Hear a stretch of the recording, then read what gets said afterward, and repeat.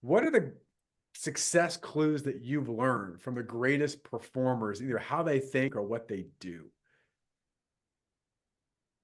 Well, the thing that comes to mind initially is what I would say is at the foundation of that belief, whether it's the belief system. In psychology, we refer to it as achievement motivation. It's Okay. their motive to achieve.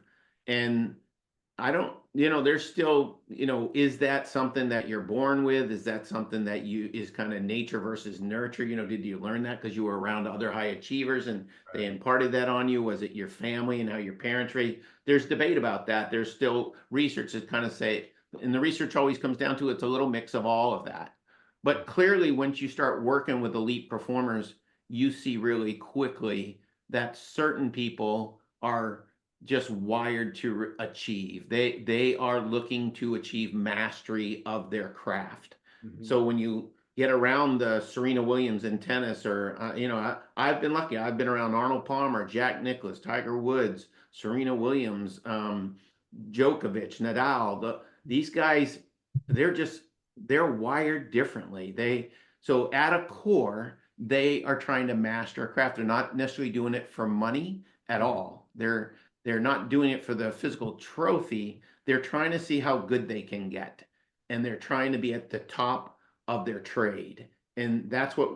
And in business, no different. In business, I see with financial advisors, they just want to be the go-to advisor for business owners in their community. They want to know that, hey, I'm kind of the lead dog of the pack, and I want to be that, and I want to master. And if doing that means I have to learn more about business succession or lending or risk management or financing or you know valuation, they're going to go learn all that because they feel they need to learn all that to become the top of the pack that way. So that I always say that's the fuel that drives them. And then, as you said, the behaviors are kind of like, what do I need to fulfill that achievement, that mastery? Right. And then the behaviors become things like just simply like the will to work. They'll put in more hours Right. than will other people initially. What I see is they certainly are willing to work, but then over the years, they learn what we call in sports science deliberate practice, which is the efficiency of the work. My Mm. role with athletes and business owners is oftentimes create increasing productivity. It comes from the science of deliberate practice, meaning if Tiger Woods is practicing for an hour on a range, does he get an hour of production out of that practice? Yeah. If they're working on their craft for a month, do they get a month of production out of that work? Mhm. There's many athletes that put in the work, but they don't necessarily, so they might stand right next to another athlete working just as long, but when you actually see the productivity that comes out of that work, elite performers, the deliberateness of the work is so much better.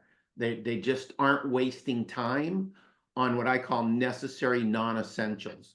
So they're spending time on the parts of the game that are most important. I, Yeah. I remember Greg Norman. I was on the range with Greg Norman. He was number one kind of in the mid '90s, early '90s to the mid '90s. And I was on the range with him in 1995, and we were talking about his practice. And I asked him just a simple question, like, how do you allocate your day? He would practice from sun up to sundown, like every day, just a workaholic in terms of golf. And I said, well, how do you actually distribute that practice? How do you know what to work on? And his words were, he says, I work on the parts of my game that cost me the most shots in competition. And I thought it was an athlete's way of, it's what the science of deliberate practice basically says, is having an understanding of what are the parts of the game that actually cost the most results if you were to either master them or not, that way. And I find that true with financial advisors, and I'm sure you see that with agents as well. They have this keen ability to go, with financial advisors, it's really about, I need to spend time in front of people with money. I Mhm. need to be coaching and consulting them and solving problems with them. I don't need to be sitting at my computer screen managing assets or allocating funds or doing a trade or onboarding a client. They hire and delegate all those other necessary non-essentials to other people, because what's important for advisors is, what's important is to be consulting with people with money.